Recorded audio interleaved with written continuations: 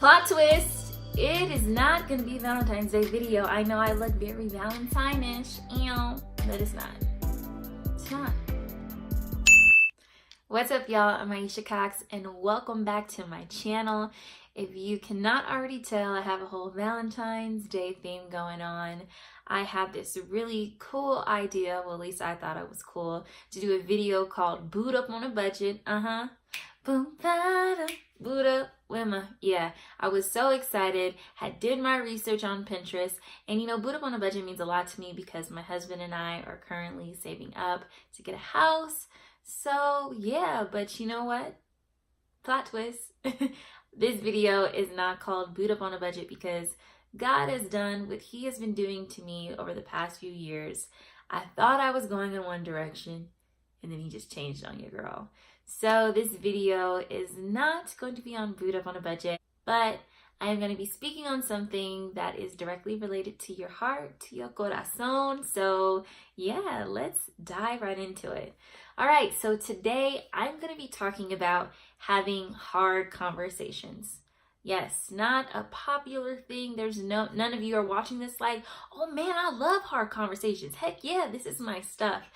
But it is something that we need to become masters in, we need to become more comfortable in, and that we actually need to have. So let me explain. So last week I had several conversations with friends, and they're telling me hard conversations they had, hard conversations they need to have, and hard conversations they really don't want to have, but they're at a place where they need to have it. And also last week, it may seem random, but like, just follow me. I was having issues with our drain in our shower, and like the water was backed up, it wasn't going down, and I had these hard conversations in my mind, and this is happening, and it makes me think of Proverbs 4:23. It says, above all else, guard your heart, for everything you do flows from it. And thank God, when we're wrestling with stuff on the inside of our hearts, that liquid doesn't just start leaking and is like a dead giveaway that we got some stuff going on, and that would like really be a serious health issue. Instead of that, I believe there are other symptoms that start to manifest because there's something going on in our heart. Like we're more stressed. We already wrestle with anxiety, and now we're feeling more anxious. That petty bone is starting to rise up. We are angry, we're more sensitive.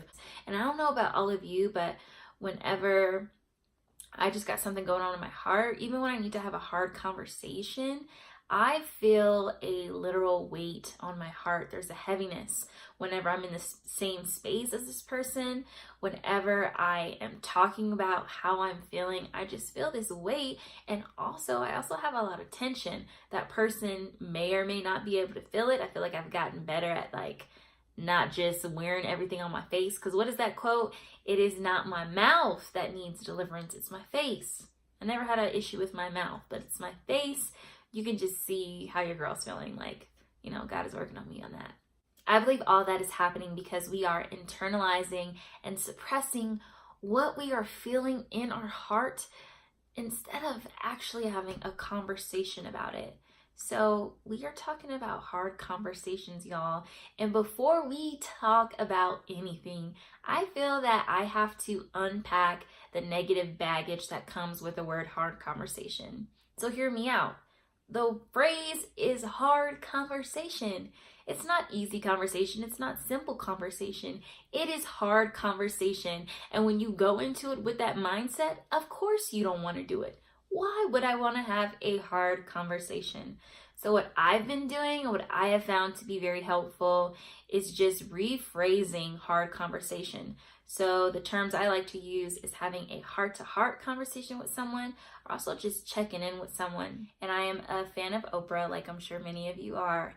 And in one of her life classes, she had Ayanla as a guest. And Ayanla said, instead of saying a hard conversation or even a confrontation, she prefers to use the term carefrontation.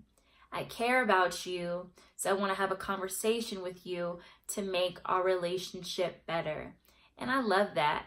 And I think we just need to first unpack that and change the way that we view a hard conversation, which moving forward, I'm just gonna say a heart to heart. So once we do that, I think another trap that I fall into, some of you can relate to this, is that before you have a hard conversation, AKA a heart to heart, you negatively hype yourself up. Like you already are seeing the outcome. This person's gonna get offended, and then it's gonna be awkward, and there's gonna be tension, and then I'm gonna have to put my 2 weeks in at work and switch my locker and change schools, and like, yo, it hasn't even got to that level yet. Don't do that. I promise you, nothing good is gonna come from you doing that. And again, when it comes to having hard conversations, I've narrowed it down to 4 different categories that we can fall into. 1, you're avoiding hard conversations. Not happening, I'm good.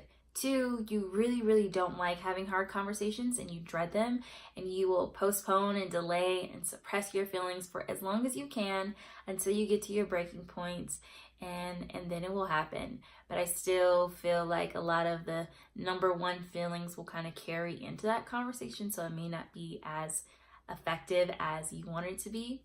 The 3rd one is, whoa, you can't wait to get what you got to say off your chest. You are not worrying or concerning yourself about like, what words should I use or how are they going to perceive this?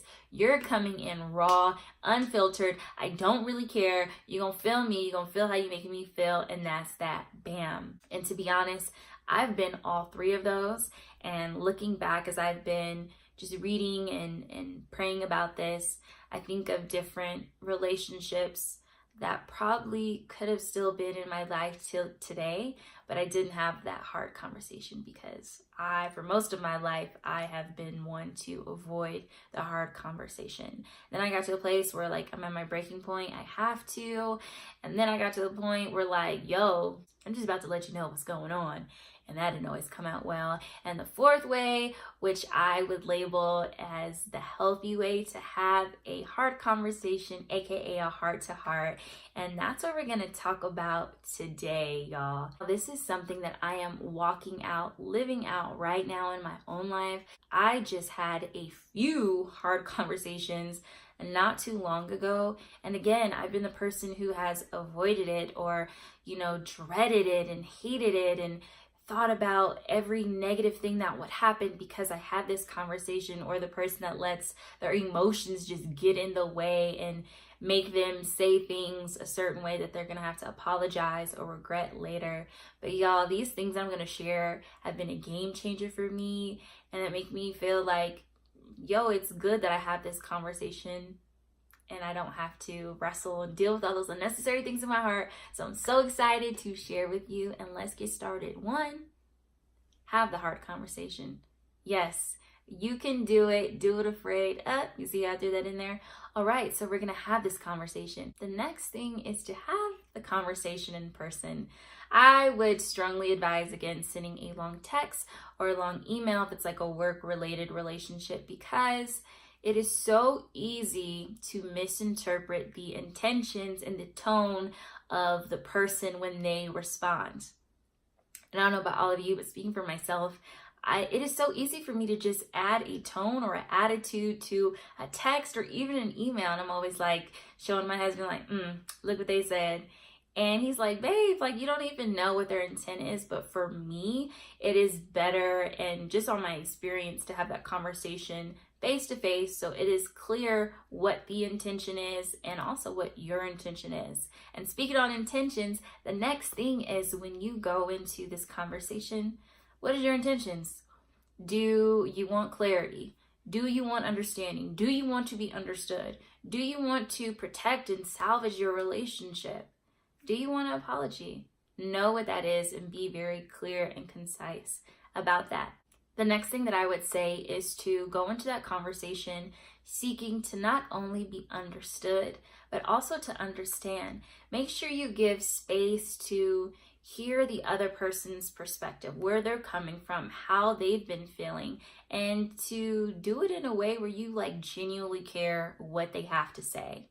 Another thing that I would say is when you're actually having that conversation, to prevent you from falling into the traps of the other categories, I would say to start with some small talk. How have you been? How's your weekend? how's work, whatever, because I believe that grounds you to this place, this healthy place where you can go in and have that conversation. And again, this has been personally helpful for me. The next thing, which is again an area that to be honest, I've really sucked at, is entering into a conversation where my emotions are on level, not even level 10, like level 25, when I'm so hurt, when I'm so offended, when I'm so upset. And y'all, that is not the way to go. It's not it, sis. I would highly encourage that you wait until your emotions are not a factor. Cool down and just in this level place, because emotions just make things cloudy and you can be irrational when you're in an emotional place, and it's hard. And something else I've had to learn is you don't always have to solve everything right away, which I think for my like type A personality, I always want to solve everything. But man, I have seen the benefit in waiting and cooling down. This even applies to marriage when we have certain disagreements. Instead of trying to fix it and correct it right now or say what I have to say in the moment, just pressing pause and waiting till I'm not so emotional about what I have to say has served me so well. So that is a big one. The last one I want to share with you all is to not point the finger, to not point blame and shame. And again, it's so easy if you've been in a place of frustration or anger or hurt, like, well, you did this and you're not doing that, and you did this. But like, how would you want these words to be spoken to you if the shoe was on the other foot? So I would say, instead of pointing the finger and saying you, talk in first person. I feel like this. I've been thinking this. I've been wondering this. And I think it just makes it easier for the receiver to receive that and to respond. It has been a game changer.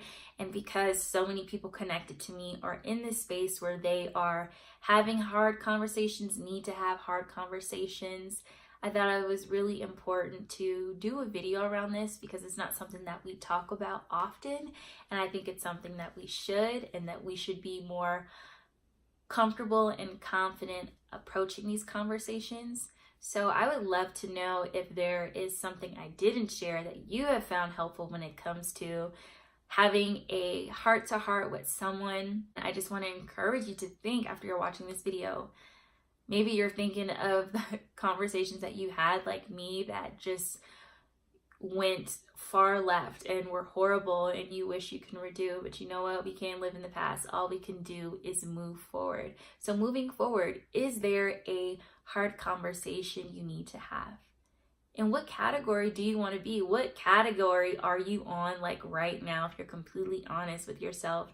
And again, no judgment, because I've been every single category and I'm just freshly in this healthy category. So I would love to hear where you are, what your experience has been with hard conversations. Talk to me, comment, like, subscribe, share with a friend. Maybe not the friend that you need to have a hard conversation with though. I don't know, maybe not.